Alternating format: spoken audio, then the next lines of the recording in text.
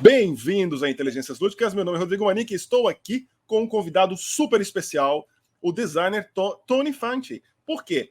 Ele é o designer de jogos como o novíssimo Unfathomable. Welcome, Tony!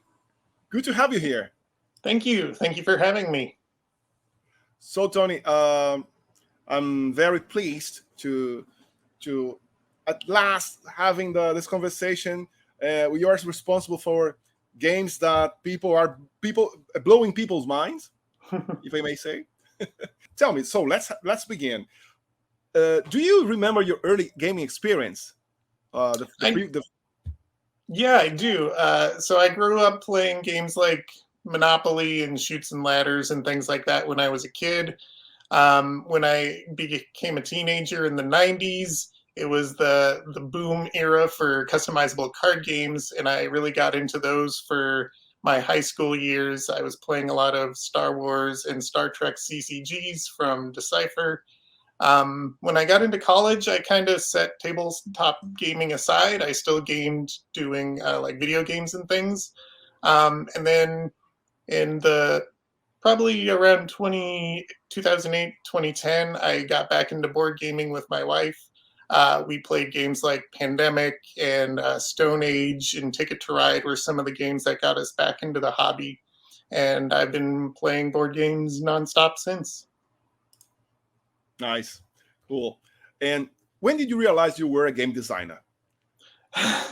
Sometimes I have to pinch myself and remind myself that people actually pay me to make games. It's really a dream come true for me. But I've been designing my own kind of games since I was probably in high school. My brother and I were big into the CCG scene at the time, as I mentioned, and we would make our own cards for the games that we really liked, and we even came up with some of our own games that we played together at the time.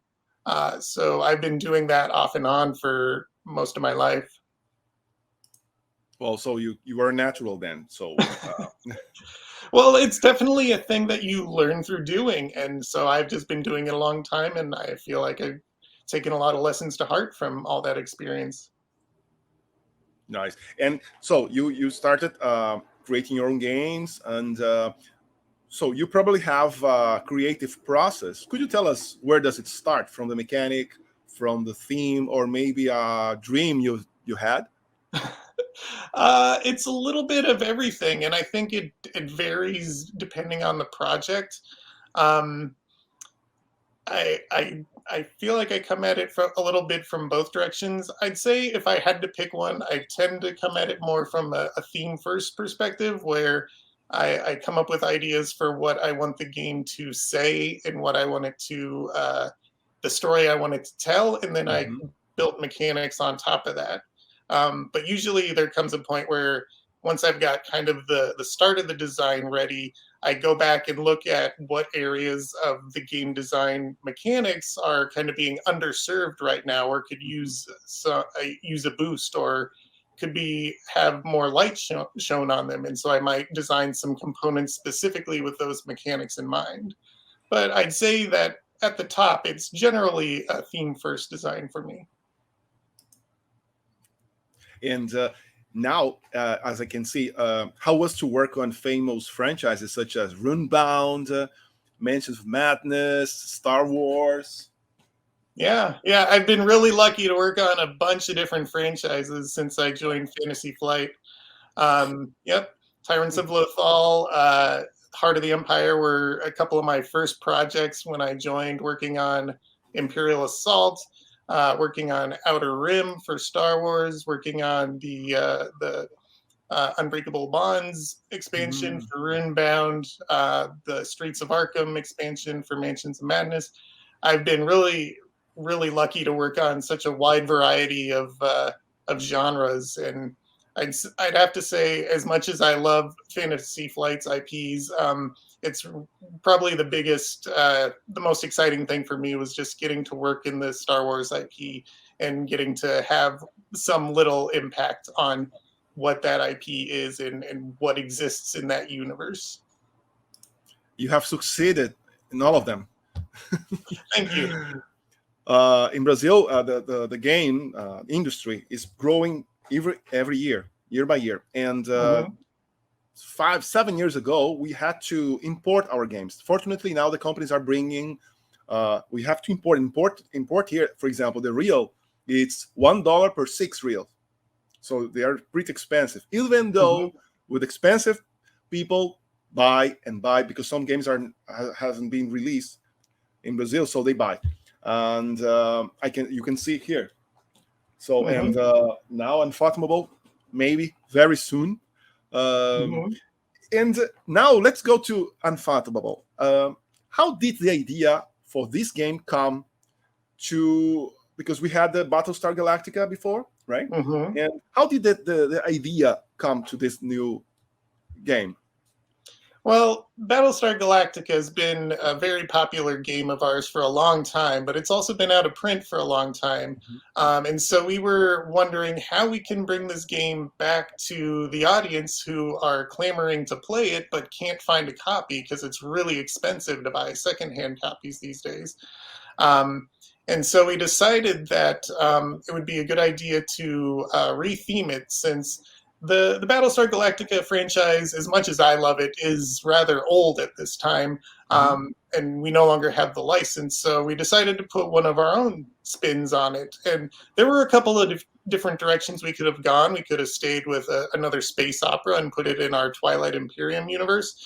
But the Arkham universe really seemed to be a good fit for it because it has a similar atmosphere to the Battlestar Galactica show, in that it's a dark, gritty kind of atmosphere with intrigue and suspicion and fear of what's going on around you.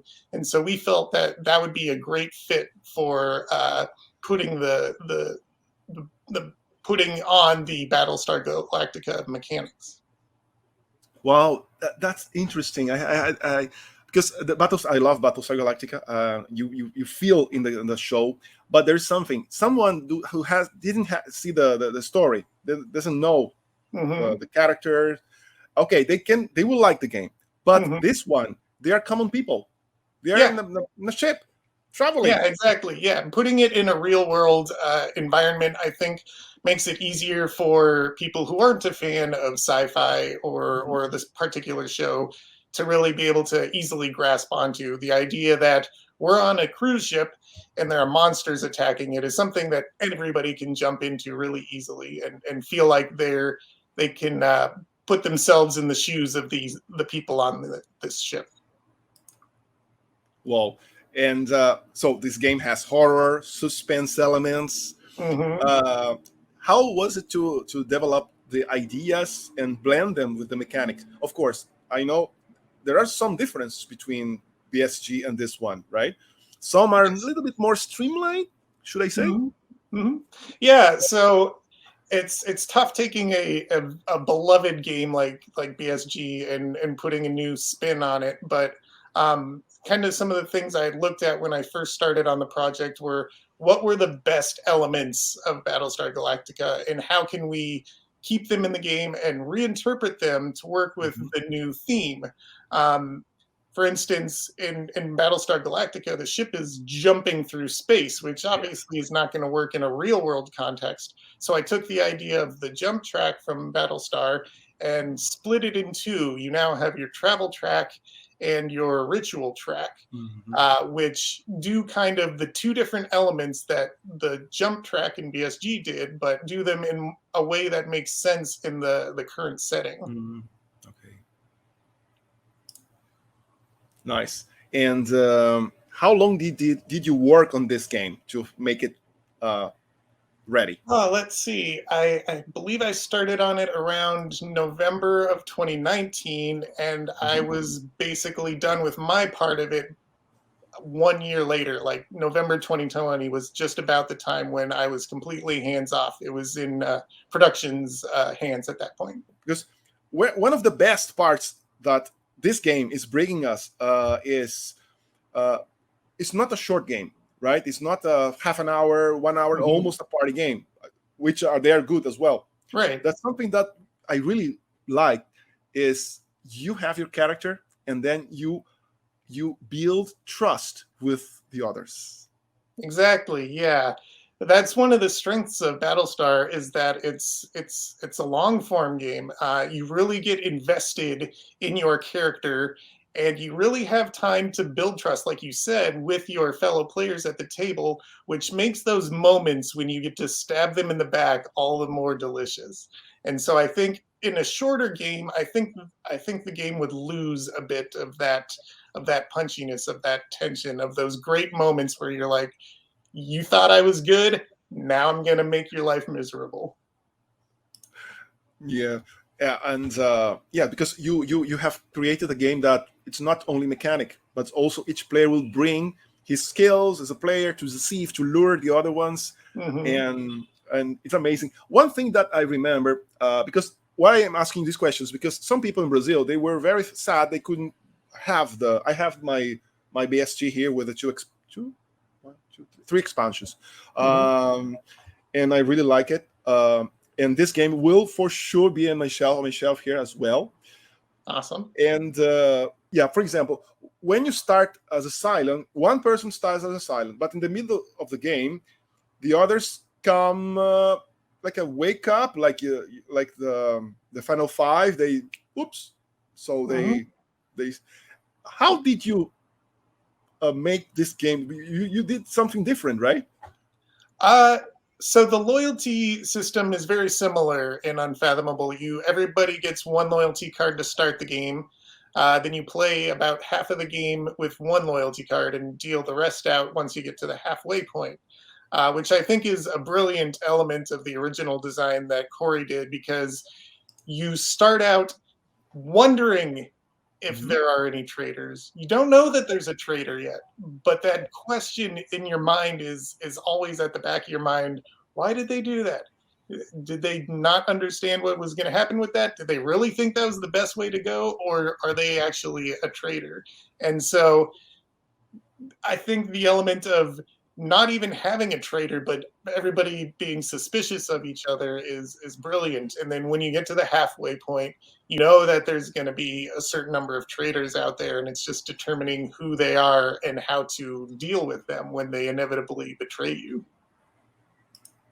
Yeah, that's delicious. That's it. And that's it, because this game, some people nowadays are, this is out of the questions it's because it came now. Some people, I want a game with episodes. I want a game with a campaign. This actually is not a game with campaign as the other one, but it's an Right. experience you build, you create Yes. during the Yeah. game. Uh, Yeah, After there, that there game, are kind of two schools of thought on, or not really schools of thought, but there are two directions you can kind of go. You can go with a scripted narrative, which is what Mhm. a lot of campaign games are, or you can go with emergent narrative, which is what Unfathomable is, where the story that comes out of the game is really the story that you put into it, the idea that you may have drawn these crises early, and then your friend happened to do something suspicious, and you weren't sure, were they the good guy or are they the bad guy, until the second half, when it turns out that the captain had been the traitor all along and had thrown that suspicion. So the idea that the story of the game emerges from the gameplay itself. and in this game, in order to survive, players must endure and face many kind of crises. Mm-hmm. But I noticed that sometimes there are regular crises, and there are also special crises for each character. Is that right? Yes, yeah. So this was a new element I wanted to add to the game. And really, the idea for this came out of a decision where, so in Battlestar, you've got every character has a good ability, a negative drawback, and, and a one per game ability. Originally, I had characters with negative drawbacks on their character sheets, but I was really finding that they were easily forgotten and often didn't have a huge impact. So instead of having the kind of storytelling moment of having this drawback on your character, I decided to flesh out the characters better by putting in one crisis into the deck for every one of them. And so when that crisis comes up, which it's not guaranteed to come up every game, but when it does, that's a big deal. Those are all really bad for the players. And generally they have kind of a bonus if you happen to be able to handle it well. But they're very impactful, and they are really a great storytelling moment for developing the characters. How cool is that? This is brand new, fresh. Yeah, Wow. yeah. And so the Meanies, I was looking at the Meanies. They are outstanding. The deep ones, Yeah. the father and the mother. Dagon and Hydra. Hydra, yeah, exactly. They are in the books, right? But this, I noticed that they are before. I can't see where they fit, but they are amazing. They are amazing. The lore we know, right? And what part of this game did you like the most working on? That would probably have to be designing the characters. We have 10 brand new characters for this game. And the reason for that is a couple reasons for that. One is that the game takes place about 10 years prior to all the other Arkham Horror games. So it's kind of in the past as far as Arkham is concerned. And so we didn't want to decide whether or not the ship actually reaches land in canon. And so none of the crew, nobody can basically make it off the ship alive or be guaranteed to make it off the ship alive. And the other reason that we came up with brand new characters was that we wanted the characters all to have kind of shady things in their past that made them believable as Hydra traitors, but also made them as perfectly believable as humans all the way through, in case your loyalty happens to be purely human versus being a traitor. And so creating these characters with these nuances, these shades of gray in their background was a lot of fun. And I spent a lot of time researching the backgrounds for these characters, coming up with because they're from all different parts of the world, and so I had to do a lot of research to make sure that they were true to history and very authentic characters. Wow. And about that, have you read any Lovecraft book or novel or short story? I've read a little bit. I haven't read a whole lot. I did a little bit of kind of skimming through a number of stories just to find pieces and different references I could make on Mythos cards. Like there are a couple of references to different Deep One cities and things like that. I took a lot of inspiration from a lot of our other Arkham Horror games. And I also included I was inspired by some elements of various other pop culture shows, like The X-Files was a big influence for me. Other kind of horror and different suspense genres. That's interesting because that friend, Rafael Meloni, I'm saying his name here because he was so excited. And he told me that he sent me the message, wow, this designer really knew what he was doing because he read lots of the books and wow, I felt it. I felt this. That's why I need to tell you this. Well, that's great. I'm glad that it really feels like an Arkham game. So at Battlestar Galactic, we have the ship, we have the places where the silent raiders and the others come. Now, with this game, you have the beautiful plastic miniatures that represent the deep ones, and Dagon and Hydra. And the places, of course, are different. There's the ship, beautifully made. And so could you tell us a little bit about the boat, the ship, the cruise? Yeah, so the ship that you're sailing on in this game is called the SS Atlantica. It's a steamship sailing across or steaming across the Atlantic Ocean in the year 1913. It's the smallest ship. It's certainly not the size of a Titanic. I'd estimate its capacity is probably a couple hundred people. Not every person is represented in the game. There are passenger tokens that can be defeated over the course of the game. And there is a resource known as souls. So I always like that term because you hear in old news stories, the ship went down and all souls were lost. So that's where that kind of came from. But you have a resource of souls, which in my conception is like once you get to 0, basically you don't have enough people anymore to keep running the ship. You don't have enough people shoveling coal in there and operating everything in order for the ship to reach land, and that's why you lose, even though you haven't lost the 200 and some people that were aboard at the time. So, wow, that's awesome. I would like to thank you very much for bringing this game to life, to allow hundreds of people, players who would like to have a game such as this one. Also, for people who wanted the Battlestar, and if you have the Battlestar Galactic, I have the Battlestar Galactic, and I will have this one as well. I pre-ordered it. Well, I appreciate that. It was a pleasure to work on, and I'm really excited for the game to get in everybody's hands. I don't even have my own copy yet. This one here is a copy I borrowed from our marketing department. So hopefully that'll be happening soon.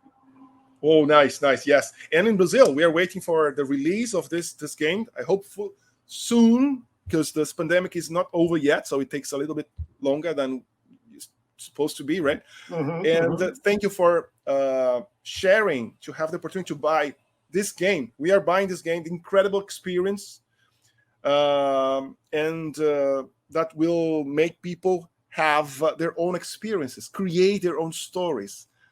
I really hope so. Tony. Thank you so much for having me on your show. I hope you have me back so we can talk about some unfinished business. Whoa, yes. Hold on, just a minute. Yeah. Thank you. Galera, estamos aqui com o incrível Tony Fanchi, porque ele trouxe uma exclusiva aqui para o Brasil, para Portugal, tá?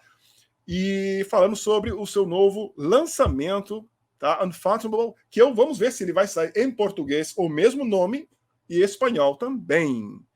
Até lá, galera. Okay, now it's